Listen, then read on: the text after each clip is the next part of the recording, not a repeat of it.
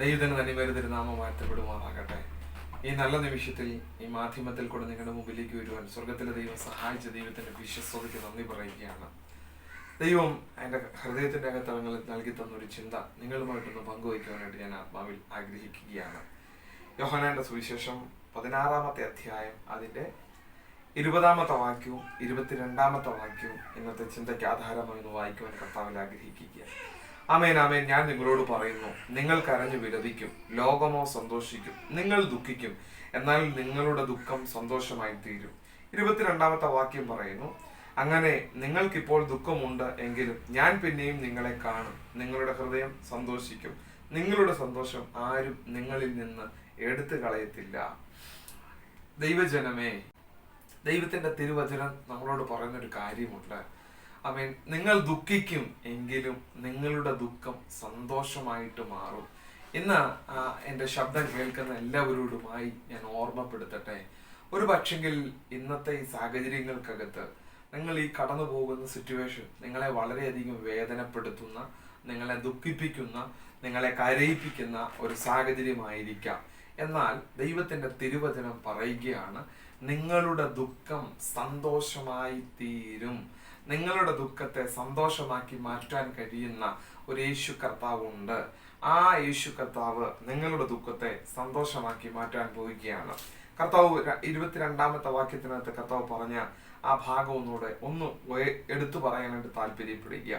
ഇപ്പോൾ ദുഃഖമുണ്ടെങ്കിലും ഞാൻ പിന്നെയും നിങ്ങളെ കാണും, നിങ്ങളുടെ ഹൃദയം സന്തോഷിക്കും.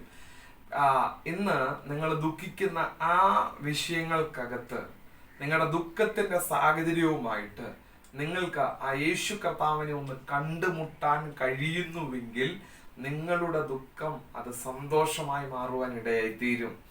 ഞാൻ സുവിശേഷത്തിന്റെ മറ്റൊരു അധ്യായത്തിലേക്ക്, മറ്റൊരു പുസ്തകത്തിലേക്ക് വന്നിട്ട് ഒരു കാര്യം ഒന്ന് ഓർമ്മപ്പെടുത്തുവാൻ, ഒരു ഉദാഹരണം ഒന്ന് ഓർമ്മപ്പെടുത്തുവാൻ താല്പര്യപ്പെടുക. അത് നൈൻ പട്ടണത്തിലെ വിധവയായ ആ സ്ത്രീയുടെ കാര്യമാണ്.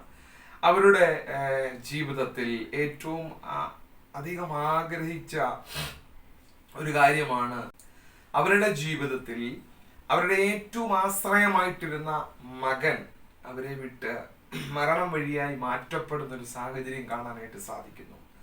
ആ മരണത്തിന്റെ അടിസ്ഥാനത്തിൽ അവർ വളരെയധികം ദുഃഖിച്ച് കരഞ്ഞു വിലപിച്ചിരിക്കുമ്പോൾ ആ നൈൻ പട്ടണത്തിലേക്ക് യേശു കർത്താവ് കടന്നു വരികയാണ്. വചനം പറയുന്നു, യേശു തനിക്കെതിരെ വരുന്ന ആ വിലാപയാത്രയെ കണ്ടു.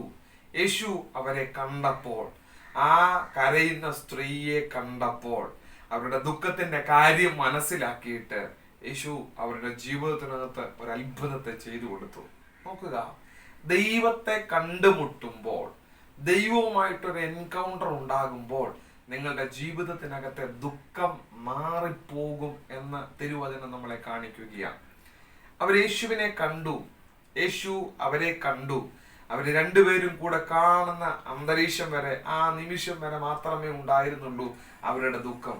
ഈ നിമിഷത്തിൽ എൻ്റെ ശബ്ദം നിങ്ങൾ കേൾക്കുമ്പോൾ, ആമേൻ, ഹല്ലേലൂയ, നിങ്ങളോടും വിളിച്ചു പറയട്ടെ, ആമേൻ, നിങ്ങളുടെ ദുഃഖം അത് സന്തോഷമായി തീരണമെങ്കിൽ നിങ്ങൾ യഥാർത്ഥത്തിൽ ദൈവത്തെ നിങ്ങൾ കണ്ടുമുട്ടുക. ദൈവത്തെ കണ്ട ആ യാത്രക്കകത്ത് ദുഃഖത്തിന്റെ യാത്ര സന്തോഷമുള്ളതായി മാറി. തിരുവചനം ഇവിടെ പറയുകയാണ്, നിങ്ങളുടെ സന്തോഷം ആരും നിങ്ങളിൽ നിന്ന് എടുത്തു കളയത്തില്ല.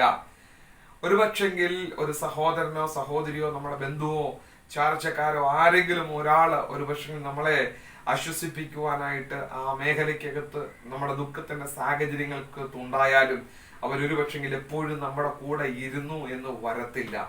എന്നാൽ ദൈവം നമ്മൾക്ക് തരുന്ന ആ സന്തോഷം ഒരിക്കലും ആരും നമ്മളിൽ നിന്ന് എടുത്തു കളയത്തില്ല. ആർക്കും എടുത്തു കളയാൻ കഴിയാത്ത തരത്തിൽ ഒരു വലിയ സന്തോഷത്തിന്റെ മേഖല നിങ്ങളുടെ മുമ്പിലേക്ക് തുറക്കപ്പെടാൻ പോവുക. നിങ്ങൾ ഈ വചനത്തെ വിശ്വസിക്കുക. ഈ വചനം പറഞ്ഞത് നിങ്ങളുടെ ദുഃഖം സന്തോഷമായി മാറും. ആ സന്തോഷത്തെ നിങ്ങളിൽ നിന്ന് ആരും എടുത്തു കളയത്തില്ല. ആരും എടുത്തു കളയാത്ത തരത്തിലുള്ള ഒരു സന്തോഷത്തിലേക്ക് പ്രവേശിക്കുവാൻ ദൈവത്തെ കണ്ടുമുട്ടുക, പ്രാർത്ഥിക്കുക.